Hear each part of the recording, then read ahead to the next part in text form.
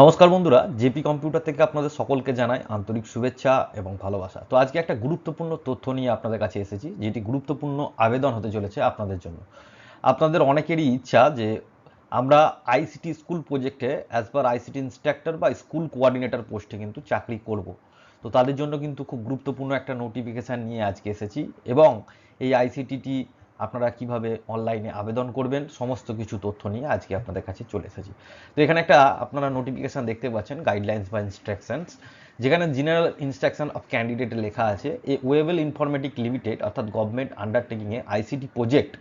আপনারা দেখতে পাচ্ছেন যে নতুনভাবে আইসিটি প্রজেক্ট কিন্তু এই ৩,৫৮৬টি স্কুলে কিন্তু করা হয়েছে, যেটি আইএফএলএস বা স্কুলনেট প্রাইভেট লিমিট থেকে ২,৪৪২টি ভ্যাকেন্ট কিন্তু এখানে রয়েছে, আপনারা দেখতেই পাচ্ছেন।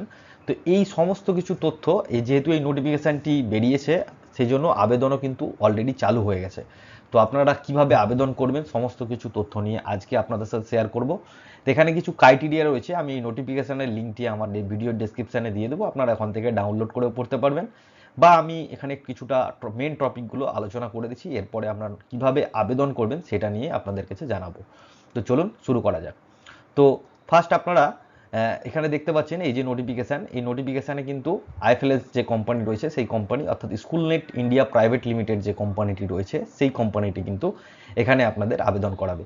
তো এই পোস্টে আবেদন করার জন্য আপনাদেরকে মাস্ট কিন্তু গ্র্যাজুয়েশন হতে হবে, সাথে কিন্তু 1 ইয়ার ডিপ্লোমা থাকতে হবে, আর মাস্ট বি কম্পিউটারের একটা নলেজ কিন্তু আপনাদেরকে ভালো রাখতে হবে, আর 1 ইয়ার এক্সপিরিয়েন্স সার্টিফিকেট লাগবে, বা আপনাদের 2 ইয়ার্স এক্সপিরিয়েন্স হায়ার সেকেন্ডারি স্কুলে যদি থাকে সেক্ষেত্রেও পারবেন, বা অন্যান্য যদি থাকে সেক্ষেত্রেও করবে। আর প্রেফারেবল থাকবে কম্পিউটার পোস্ট গ্র্যাজুয়েট এবং ডিএড বিএড হোল্ডার যারা রয়েছেন তারাও কিন্তু এখানে আবেদন করতে পারবেন।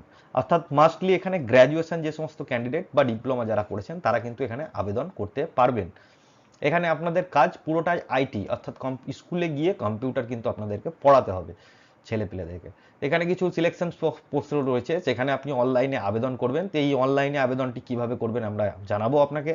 তারপরে সেকেন্ড স্টেজে ডকুমেন্ট ভেরিফিকেশন রয়েছে, থার্ড স্টেজে আপনার অ্যাডমিট কার্ড ইস্যু হবে, ফোর্থ স্টেজে টেকনিক্যাল আপনার কিছু পরীক্ষা নেওয়া হবে, সেই পরীক্ষাটি আপনি দেবেন, তারপরে ফাইনাল টেকনিক্যাল ইন্টারভিউ আপনাদের হবে, তারপর ফাইনাল ইন্টারভিউ হবে, দেন স্কুল কোঅর্ডিনেটর ট্রেনিং প্রোগ্রাম, যারা অর্থাৎ ফাইনাল ইন্টারভিউয়ে কোয়ালিফাইড করবেন তারা স্কুল কোঅর্ডিনেটর ট্রেনিং প্রোগ্রাম যে রয়েছে সেই ট্রেনিং প্রোগ্রামে আপনারা অংশগ্রহণ করবেন, তারপর আপনাদেরকে কিন্তু জয়েনিং লেটার প্রোভাইড করা হবে।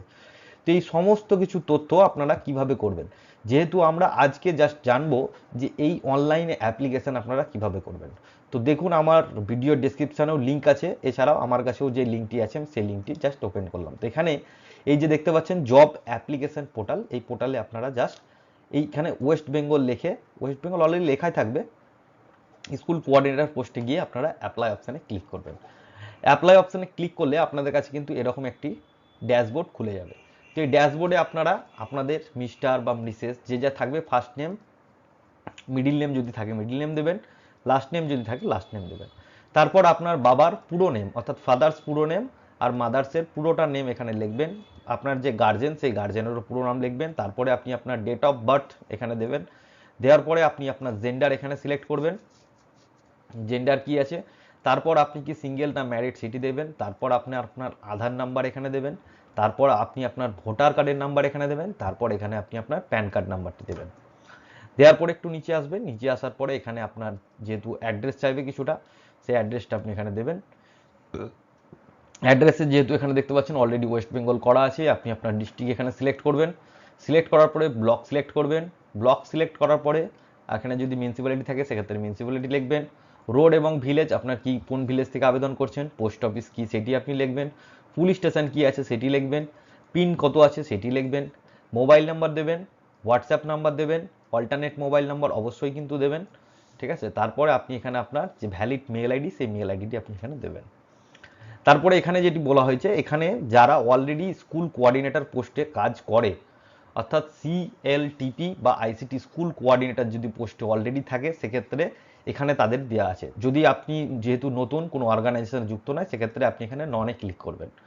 ননে ক্লিক করলে হয়ে যাবে। যদি আপনি সিএলটিপি করেন তাহলে কিন্তু এখানে সমস্ত কিছু পোর্টালটি খুলে রইবে, বা আপনি যদি আইসিটি স্কুল কোঅর্ডিনেটর এখন বর্তমানে রয়েছেন সেক্ষেত্রে আপনি এখানে ক্লিক করবেন এবং আপনার স্কুলের সমস্ত কিছু তথ্য দেবেন। দেওয়ার পরে এখানে আপনি আপনার যে এমপ্লয় কোড সেই এমপ্লয় কোডটি আপনি দিয়ে দেবেন। অর্গানাইজেশন এখানে ক্লিক করবেন, যেহেতু পশ্চিমবঙ্গে 3টে অর্গানাইজেশনের মাধ্যমেই আইসিটি নিয়োগ হয়েছিল। First eighty, second extra marks education India private limited, third হচ্ছে স্কুলনেট ইন্ডিয়া প্রাইভেট লিমিটেড। এই 3টে কোম্পানির মধ্যে আপনি যেই কোম্পানি, সেই কোম্পানিটি আপনি চুজ করতে পারেন।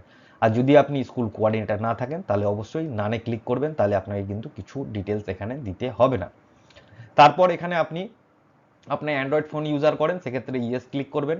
আপনার যদি মোটর সাইকেল বা বাইসাইকেল বা যদি কিছু না থাকে সেটি আপনি ক্লিক করবেন। ক্লিক করার পরে আপনার ফ্যামিলি ইনকাম দিবেন, যেটি আপনি ফ্যামিলি ইনকাম বিলো 1 লাখ, 1 থেকে 3 লাখ, অর্থাৎ যেটা আছে সেটা দেবেন। তারপর এখানে চলে আসবে বিএড। এখানে দেখতে পাচ্ছেন যে বিএড এর কোনো কিন্তু স্টার মার্ক নেই। এখানে যদি আপনারা বিএড হোল্ডার থাকেন তাহলে অবশ্যই দেবেন, যদি না থাকে তাহলে কিন্তু দেওয়ার প্রয়োজন নেই। তারপরে মাস্টার্স, মাস্টার্স যদি না থাকে সেখানেও কিন্তু এখানে দেওয়া নেই। এখানেও আপনি যদি থাকে তাহলে আপনি অবশ্যই সিলেক্ট করবেন। তো এখানে আপনি সিলেক্ট করবেন, অর্থাৎ ডিগ্রি কি আছে, ইউনিভার্সিটি নেম, মেজর সাবজেক্ট কি ছিল, কত পার্সেন্টেজ আপনি পেয়েছিলেন, আর কোন ইয়ারে আপনি করেছিলেন। সেমভাবে ব্যাচেলার, হায়ার সেকেন্ডারি এবং মাধ্যমিক সমস্ত কিছু তথ্য কিন্তু এখানে সঠিকভাবে আপনি দেবেন, কারণ ইন্টারভিউয়ের টাইমে এই তথ্য এবং আপনি যে সার্টিফিকেট অরিজিনাল নিয়ে যাবেন সেটা তথ্য কিন্তু মিলিয়ে দেখবে। যদি কিছু ভুল থাকে সেক্ষেত্রে কিন্তু আপনার ডকুমেন্ট রিজেক্ট হতে পারে।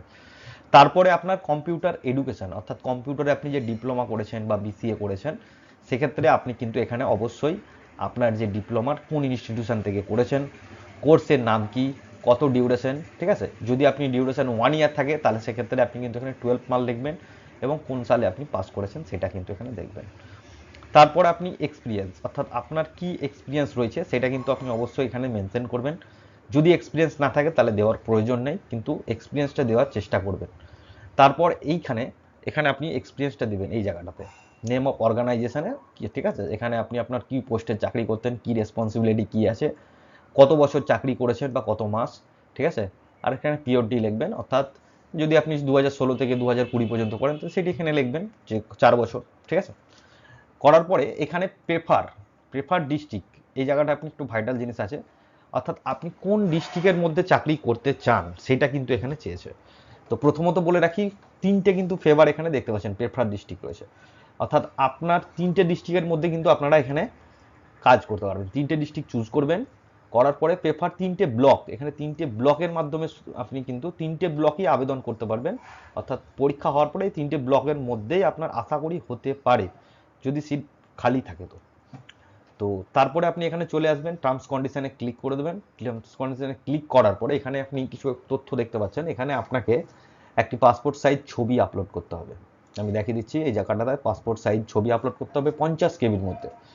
আর এখানে আপনি আপনার আধার কার্ড বা বার্থ সার্টিফিকেট আবেদন করতে পারেন, যেটি মিনিমাম 10 MB সাইজ যেন থাকে, অর্থাৎ এখানে যত কোটি ডকুমেন্ট থাকবে তার পুরো কিন্তু 10 MBর মধ্যে হতে হবে, তার বেশি না।